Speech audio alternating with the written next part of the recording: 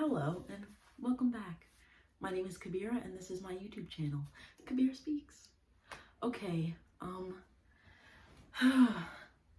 this old girl is in some trouble. Again, I'm very stressed out. Two things. So recently I just got fired, which was really crappy. I made a whole YouTube video about it. Explaining like what happened and how I felt and all of that. But on top of that, I just found out that I have to move. And if you recall, maybe I've only been in this apartment for 1 year. So during the pandemic, I moved in with my partner at the time, my boyfriend at the time, and we quickly broke up. I moved from Pennsylvania to Delaware in with a boyfriend. We broke up almost immediately because we had wildly different views on everything that was going on in the world. And it was also a really difficult time for me because I also reported my rapist during that time. So it was just really hard. But then we lived together for the next 2 years. So that was not good. And then I found this place and I loved it so much. I was so happy in this apartment. Why do I have to move, you ask? I'm not being evicted, but they're not renewing my lease. It's terrible. I feel like I'm still settling in. And now I have to pack everything up and go. And like, I just made this little space for myself to make YouTube videos in. And now I gotta pack it all up and take it somewhere else. Yeah. So that's really stressful and my credit is terrible.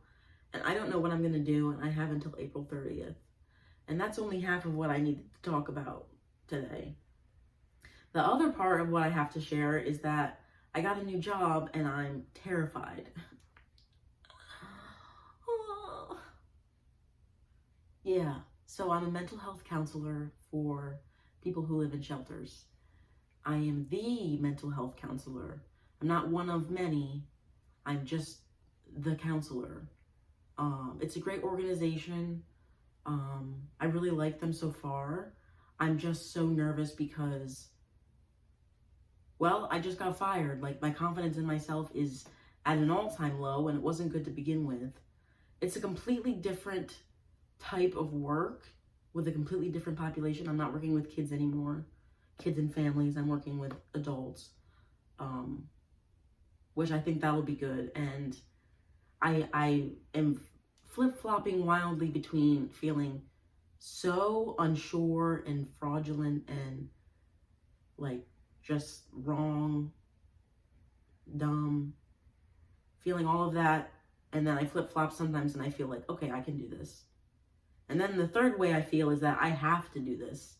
I don't have much of a choice because I have to move and I'm gonna need a lot of money up front. Oh, forgot to mention this job it pays a lot better than anything I've ever really had before. Like, the job I got fired from, that rate was $30 an hour, but I only had a few clients. I never had a full caseload there, which was part of the issue, like in the beginning when I quit my full-time job to do the mobile therapy. Mobile therapy, it was like an hour here, an hour there, an hour here, an hour there. And I wasn't good at doing that. So I went back to my full-time job and was doing both, and I wasn't good at doing that either. But yeah, the new job, the rate is about $30 an hour and it's full-time. So that's good. It also means I'll have a full caseload immediately, which I've never had in my life. And I'm just really uncertain. And I'm trying not to be. I'm trying to visualize myself doing well, visualize myself succeeding and being happy. And I'm also trying to channel myself from my early 20s. So when I was in college, I was going through a lot. That's when the sexual assault actually happened. And somehow I made it through college and grad school in spite of that. And I had 2 internships, which is like a full-time job, basically, except you're still a student. And I was great in both of those roles. I loved going to work every day. I didn't cut corners. I wasn't lazy. I was very hardworking. I like put my whole caboose, I shouldn't say that. I put my whole self into the work in my internships before, and I don't know what's happened to me. I'm backsliding. I feel like I'm less than how I used to be. I used to be able to function better. I'm hungry and I gotta get going soon, but I just had to share all these stresses that I'm going through.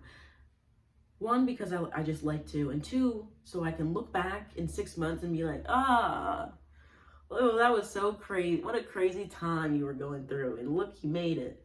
I have to make it. Like, there's no other choice. I just have to figure some shit out. I have to do it quickly, but it just has to happen. My dad used to say I always come out smelling like roses, which that's nice. My middle name is Rose. I always come out on top, even if I'm getting kicked and I'm down for a while. This is a pep talk to myself that I can do all the things I need to do in a timely fashion. Like I said, I have until April 30th to move out of this apartment. You know, there's a pool here, which I didn't go in once. And I was thinking I would go this summer, but no chance now. No shot of that. Thanks to Mr. Krabs Truitt. That's what I call the property manager here. Mr. Krabs. One thing about landlords. I'm just kidding. One of my very good friends is a landlord.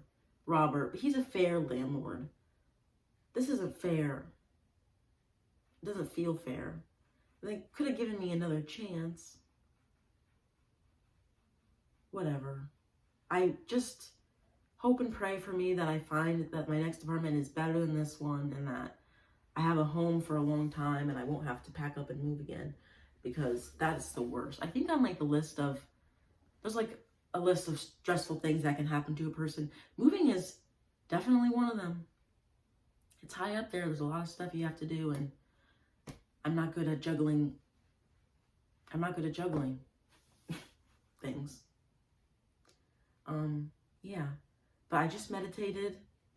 I have to go to work now. Goodness.